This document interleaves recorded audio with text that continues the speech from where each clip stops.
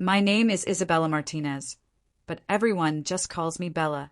I'm not the kind of person who likes to dwell on the past, at least, that's what I used to tell myself.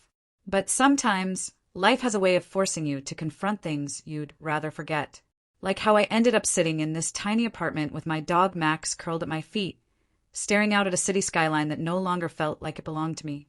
Or how one decision, by people who didn't even know my name, could send ripples through everything I thought was solid and unshakable. Let me start from the beginning, though, not because I want pity or sympathy, but because if I don't say it out loud, I might lose sight of what really happened. And trust me, this story isn't over yet. Not by a long shot. I worked for Titan Tech Solutions, a company so big, so powerful, that most people only knew its logo. A sleek silver T stamped across skyscrapers, laptops, and government contracts alike. They were the kind of corporation that made headlines every other week, whether it was for their groundbreaking tech innovations or their controversial mergers. To some, they were heroes, to others, villains. Me? I was somewhere in between. I wasn't high enough on the corporate ladder to feel invincible, but I wasn't low enough to be invisible either. I had a job as a compliance analyst, which basically meant I spent my days making sure the company followed all the rules while everyone else tried their best to bend them. It wasn't glamorous work, but it paid well enough to keep a roof over my head and food in Max's bowl. Plus, there was something satisfying about being the one person in the room who said, "No, we can't do that." It gave me a sense of purpose, like I was protecting the little guy, even if the little guy was actually a multi-billion-dollar conglomerate. But here's the thing about working for a place like Titan Tech. Loyalty doesn't exist. Not really. Sure, they'll slap motivational posters on the walls and hand out branded water bottles during team-building exercises. But when push comes to shove, you're just another cog in the machine. And when budgets get tight, well, let's just say cogs are easier to replace than CEOs. That's exactly what happened to me. One day, I walked into the office expecting another mundane Monday filled with emails and spreadsheets. Instead, I found myself face-to-face with HR in a conference room that smelled faintly of stale coffee. The woman across the table, her name tag read Linda, was polite but distant, like she'd rehearsed this conversation 100 times before. She told me the company was undergoing restructuring and needed to cut costs. My position, apparently, was redundant. Redundant, as if 8 years of late nights and early mornings could be boiled down to a single word. I didn't cry, not then anyway. I nodded, signed the papers they slid across the table, and left without saying much. What was there to say? Thank you for the memories? Don't worry, I won't miss the fluorescent lighting or the endless meetings. No, I kept my dignity intact and walked out of that building like nothing had changed. Except everything had changed. Because now I was unemployed. And worse still, I was angry. You see, getting fired wasn't the problem. Okay, maybe it was part of the problem, but it wasn't the whole picture. The real issue came later, when I started digging deeper into why I'd been let go. At first, I chalked it up to bad timing. Companies make cuts all the time, it's business, right? But then I noticed something odd. A few weeks after my departure, Titan Tech announced record profits. How does a company fire employees to save money and immediately turn around with record-breaking numbers? Something didn't add up. So I started asking questions. Quietly, of course. You don't go poking around a Goliath like Titan Tech without expecting consequences. I reached out to former colleagues, scoured industry reports, and even dug into public records. That's when I stumbled upon something that made my blood run cold. A classified document marked top secret. Now, I wasn't supposed to have access to it anymore. I'd lost my security clearance along with my job, but old habits die hard. Call it curiosity, call it desperation. But I couldn't stop once I started reading. The document outlined a project called Operation Iron Veil. It was vague, intentionally so, but certain phrases jumped out at me.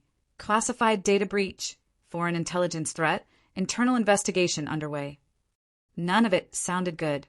In fact, it sounded downright catastrophic. And buried deep within the jargon was a name I recognized, mine. Specifically, it mentioned an employee whose clearance had been revoked due to potential security risks. Me. That potential security risk was me. At first, I thought it was a mistake. Then I got mad. Really mad. Who did they think they were, labeling me a threat? After everything I'd done for them for years, They just tossed me aside like yesterday's trash and smeared my reputation to boot. But anger quickly gave way to fear. If Titan Tech thought I posed a risk, what did that mean for my future? Would anyone hire someone flagged as a liability? Would I ever clear my name? And then, slowly but surely, clarity began to seep in. This wasn't about saving money.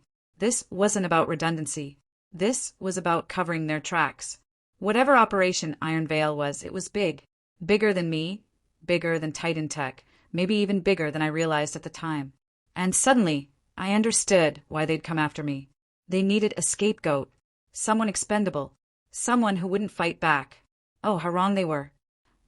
Max whined softly beside me, pulling me back to the present. I glanced down at him, his brown eyes wide and trusting, completely oblivious to the storm brewing inside me. He wagged his tail, eager for attention, and I scratched behind his ears absently. Dogs are funny creatures. They live entirely in the moment, free from the weight of grudges or regrets. Sometimes I envied him, but envy doesn't change anything. Neither does sitting around feeling sorry for yourself. So instead, I picked up my laptop and opened a folder labeled Project Payback. Yes, I named it that. Maybe it was childish, maybe it was petty, but it helped me focus. Inside were screenshots, notes, and links to articles I'd bookmarked over the past few months. Little pieces of evidence that, when put together, painted a very different picture of Titan Tech than the one they wanted the world to see. One piece stood out more than the rest. An email chain between two executives discussing budget cuts. On the surface, it seemed innocuous enough, but buried in the fine print was a mention of compromised assets and containment protocols. Compromised assets. That phrase stuck with me. What asset had been compromised, and why did it require containment? I leaned back in my chair, letting the information swirl in my mind. Somewhere in this tangled web of secrets lay the key to exposing Titan Tech for what they truly were. All I needed to do was find it. Easier said than done, of course. These weren't amateurs I was dealing with. They were professionals, experts at burying skeletons and spinning lies. But they'd underestimated me once, and they'd pay for it. Because here's the thing about revenge. It's not about hate. Not really. It's about justice. About setting the scales right. And as I sat there in my cramped apartment, surrounded by scraps of paper and half-empty coffee cups, I realized something important. This wasn't just about me anymore. This was about everyone Titan Tech had stepped on to climb higher. Everyone they'd betrayed, manipulated, or silenced. They may have destroyed my career, but they'd also given me a mission, and I intended to see it through. Over the next several weeks, I threw myself into research with a fervor I hadn't felt since college. Every waking moment was devoted to unraveling the mystery of Operation Iron Veil.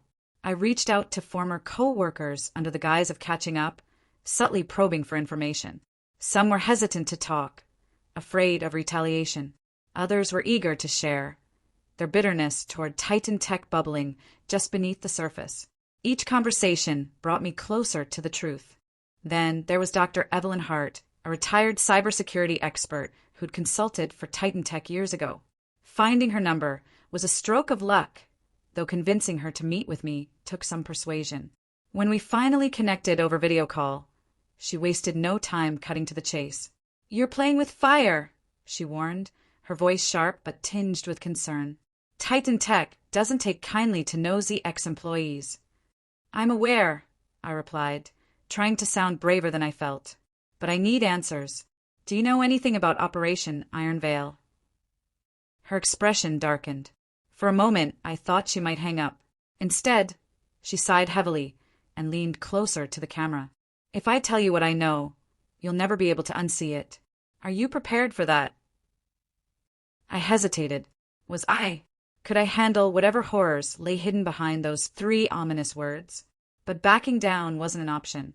Not anymore. "Yes," I said firmly. "I am."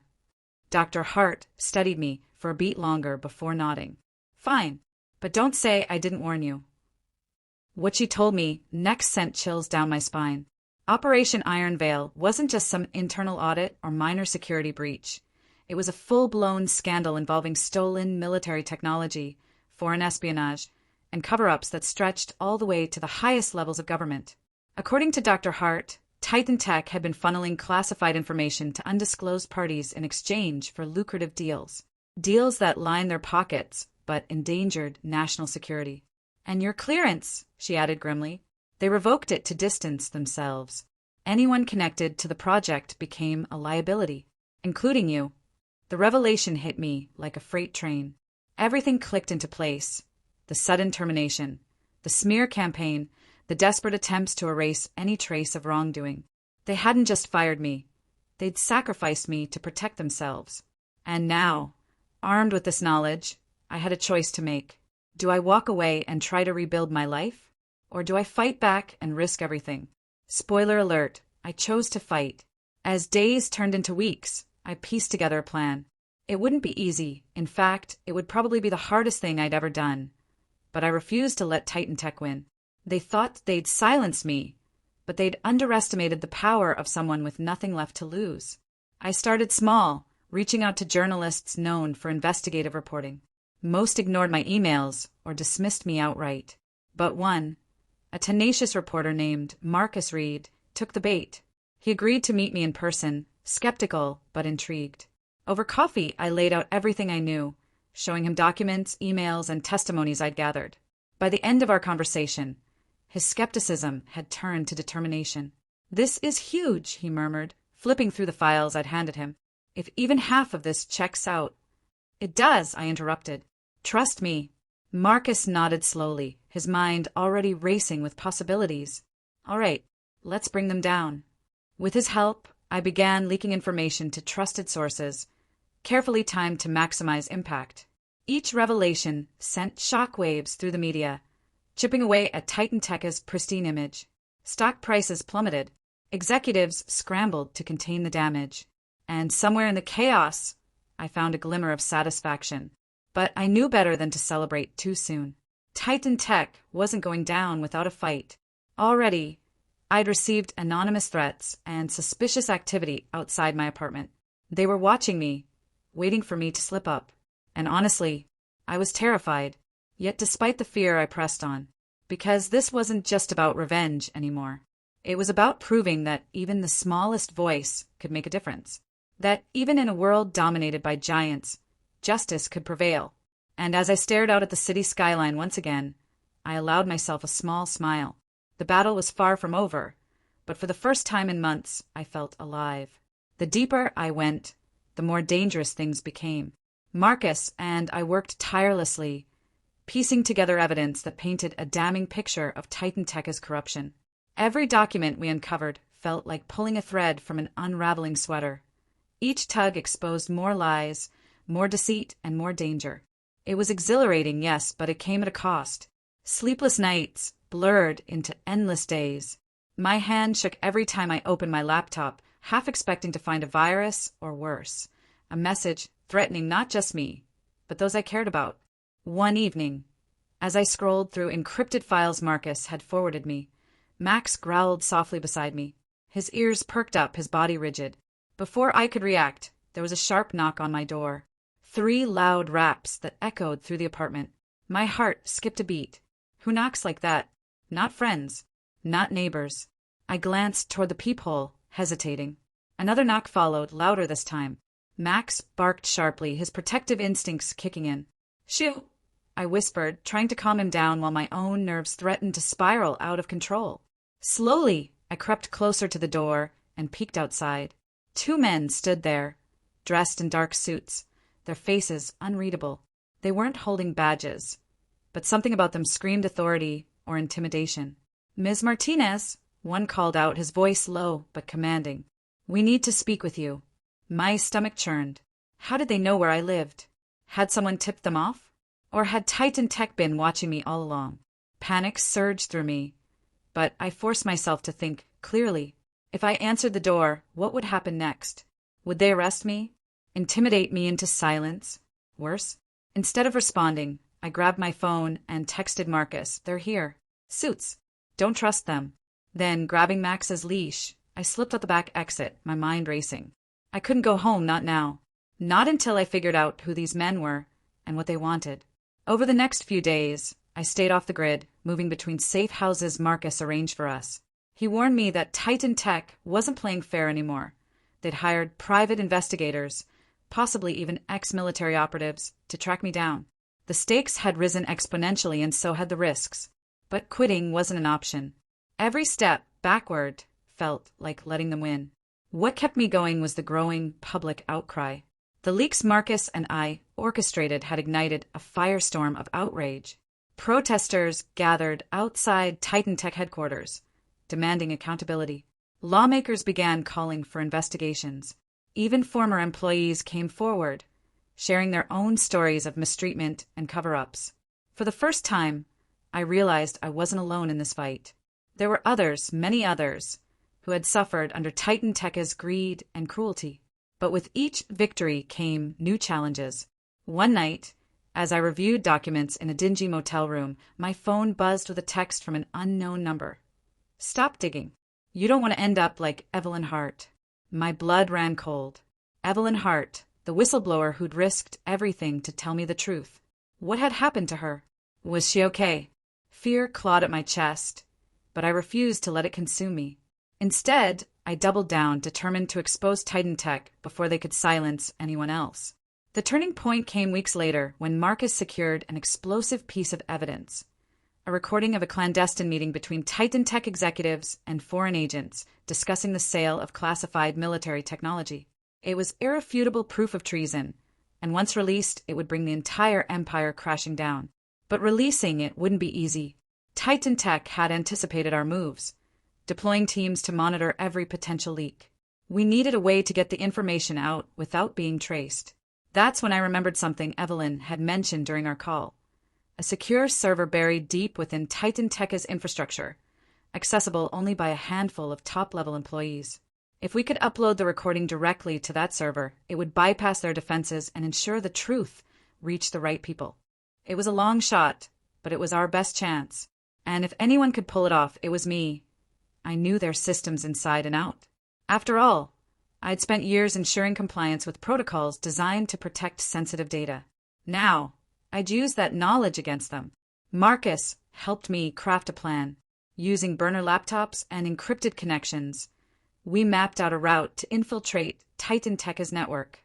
On the night of the operation, I returned to the city, slipping into the shadows like a ghost. The familiar skyline loomed above me, its glittering lights masking the darkness beneath. Breaking into Titan Public Tech's main office felt surreal. Walking those halls again brought back memories, both good and bad. But I pushed them aside, focusing on the task ahead. With trembling fingers, I plugged into a terminal and began navigating the labyrinthine system.